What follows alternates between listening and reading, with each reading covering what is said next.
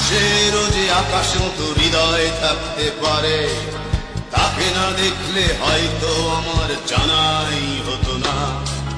রূপকথারও বাইরে যে এক বিশাল জগৎ আছে, তার কাছে না শুনলে বোধহয় শোনাই হতো না। আজকে আমার এই পৃথিবীর অনেক কিছু চেনা, ব্ল্যাকবোর্ডের ওই কালো আকাশ আমায় এনে দেনা, এনে দেনা। বয়সটা সেই 6 কিংবা 7, হয়তো তবে ফিরে পেতাম স্যারের কোমল হাত। সালাম জানাই সহস্রবার আমার তিনি গুরু, তার কাছেই